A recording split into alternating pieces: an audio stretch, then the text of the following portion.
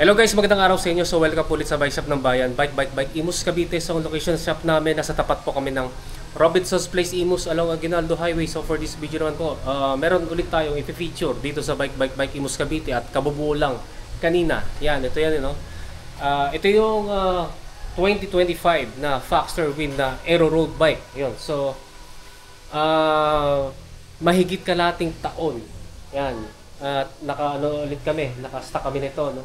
So tapansin ko lang parang magkaiba yung iba na yung colorway nito, no? Yung pagka-pintura nito Foxter Wind, unlike dati, no? Kasi yung ang dating models nito was yung last year.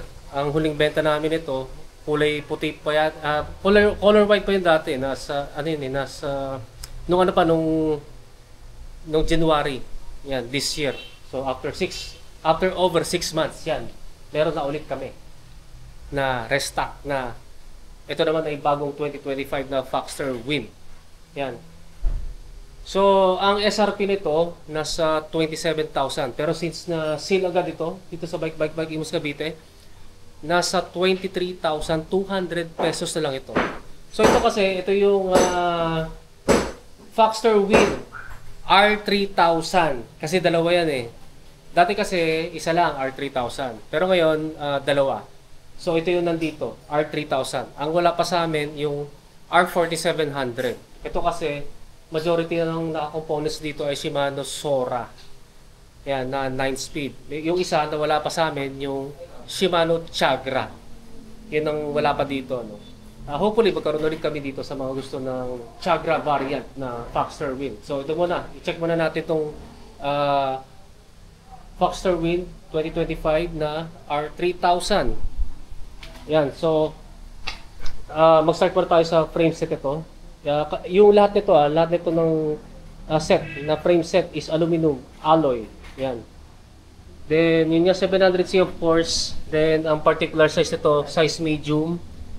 Sinukat ko yung top tube nito nasa 53 centimeters. Then yung seat tube nito, yan, seat tube nasa 49 cm or centimeters. Then yun nga, no, as usual, yan, kita natin na malinis na, no. Wala na tayong makikitang mga cables dito. Yan, tingnan natin yung pagka-welding nito. Yan, smooth weld naman. Smooth weld dito sa may bandang head tube. Smooth weld naman dito sa may bandang seat tube at saka yan sa may weld na top tube saka yung sa seat tube nga, no. Then sa fork, smooth weld din naman. Ang nakikita ko lang na may welding dito sa may bottom bracket shell. Yan, yung nagwe-weld nagbaband dun sa bottom bracket shell at saka dun sa dulo ng chainstay. Yan. Pero dito naman sa may yung nagdidikit sa seat stay at saka sa chainstay, okay naman. Smooth weld naman yan. Yan. So yun nga, full internal cable routing nga nito, no.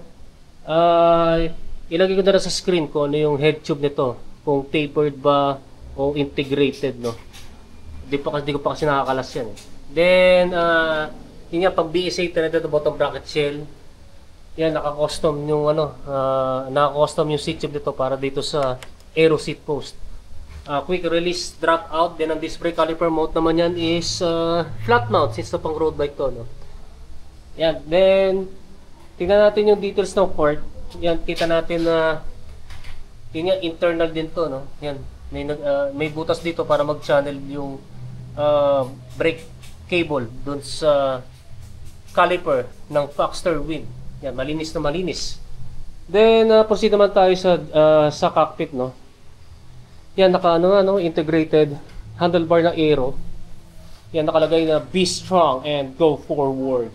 Yan, yung lapad ng drop bars ito ay 400 mm or 40 cm. Yan, nasukat ko kasi kanina eh. Then yung stem nito nasa 100 mm. Yan, 100 mm.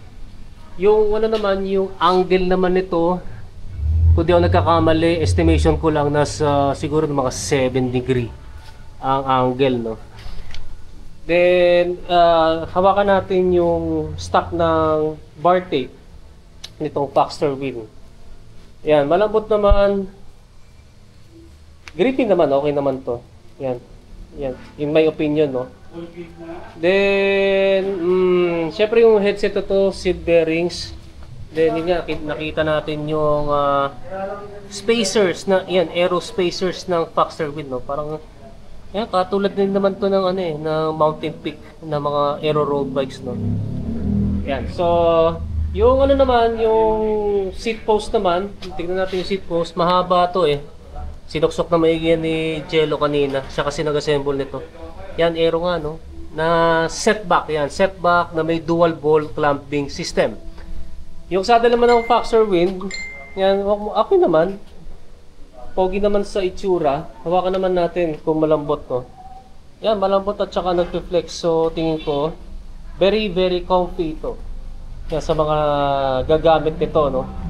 Then, proceed naman tayo sa drivetrain. Yan, 2x 9-speed nga dahil ito ay Shimano Sora R3000. Yan, Shimano Sora yung dual control lever. So yung tinatawag na sikat na tawag nito ay STI.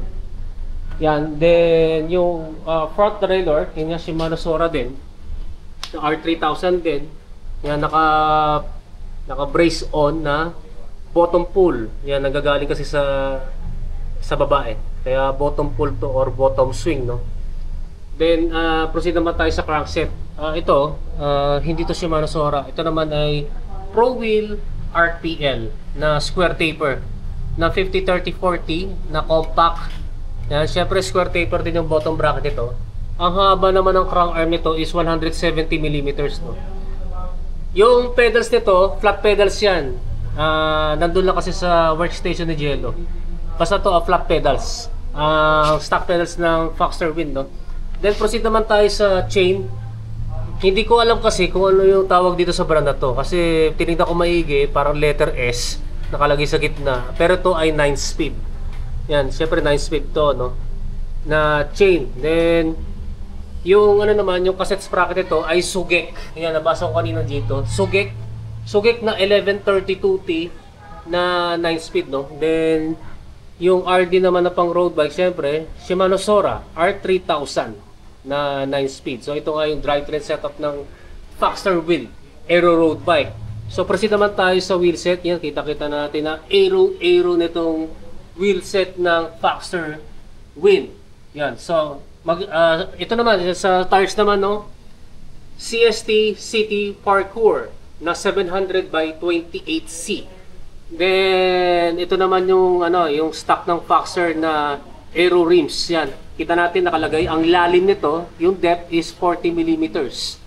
Then aluminum double wall 28 holes. Yan, 28. Binila ko kasi yan kanina, no. Yan, syempre 28 din yung spokes and nipples ng stock ng Foxter. Then ito naman stock din ng Foxter na hubs. Yan, cassette type ang free hub body nito, no. Di ko lang sure kung seal bearings kasi di pa namin nakakalas ito. Yan. So last na lang sa brake set. Siyempre ito ay mechanical disc brakes. So ito yung levers, ito yung Shimano Sora, no. Then tingnan naman natin yung mechanical disc brake calipers. Ang nakalagay dito is Repute. Repute na pang to, flat mount. Pero ang gamit ng rotors ito, tingnan ko nga, 160. O nga, 160. Yan, naka 160 pa lang rotors to na Foxter Wind, both sa harap. Tingnan ko sa likuran. Yan, sa likuran din, no, 160mm. Yan, stock ng Foxter na fixed type and bolt type disc brake rotors. Yan, so tingnan natin ulit. Yan, kita natin na malinis at poging-pogi nitong Foxter Wind na Aero Road Bike. And last na lang dun sa weight o timbang nitong Foxter Wind 2025 na R3000. Medyo gumaan ng konti compared dun sa yung sa old model nito, no? Nasa 11.87 kilograms. Yan, 11.87 kilograms lang ito, Foxter Wind. Yan, so para sa akin sulit na to sa mga parts na nakakabit dito at saka sa timbang yan at saka sa looks. Sulit na dito ang 23,200 pesos. Yan, na discounted price, na sale price, no? Yan, dito sa Bike Imus Cavite. Nag-iisa na lang ito, guys, no? Nag-iisa na lang ito at napakatagal ulit na ma-restock nito. Yan, so sa mga interesado, yan, mag-message po kayo sa aming Facebook page ng Bike Imus Cavite or mag-message din na lang kayo siguro dun sa aking Facebook account, dun sa Maverick HC. Yan, page ko, no? Para sa mga interesado dito. Kasi nung naubos na kasi yung Foxter Wind dati, marami kasi naghahanap eh, nag-iwan pa nga ng calling card eh. Nung nabuo na to, try ko tawagin mamaya. Ewan ko lang kung interesado pa sila. Pero since na di pa nila nababayaran, yun. Pwede nyo lang unahan. Yan, i-grab nyo na tong Foxter Wind 2025 na Aero Road Bike, no? So sa mga before na matapos tong video na to, ang mode of payment po nito, cash, GCash, or bank transfer. Yan, pwede rin sa credit card. Yun nga lang sa credit card, straight payment only, then regular price based kapag babayad kayo through credit card. Then sa installment naman, pwede kami through Home Credit or Salmon Financing. Yan, so hanggang dito lang. So maraming salamat sa inyong panonood. Then don't forget to subscribe sa aking YouTube channel. Pakiclick na lang yung notification button para matoto-notify kayo. Yung guys, maraming salamat sa inyo and ride safe po sa inyo.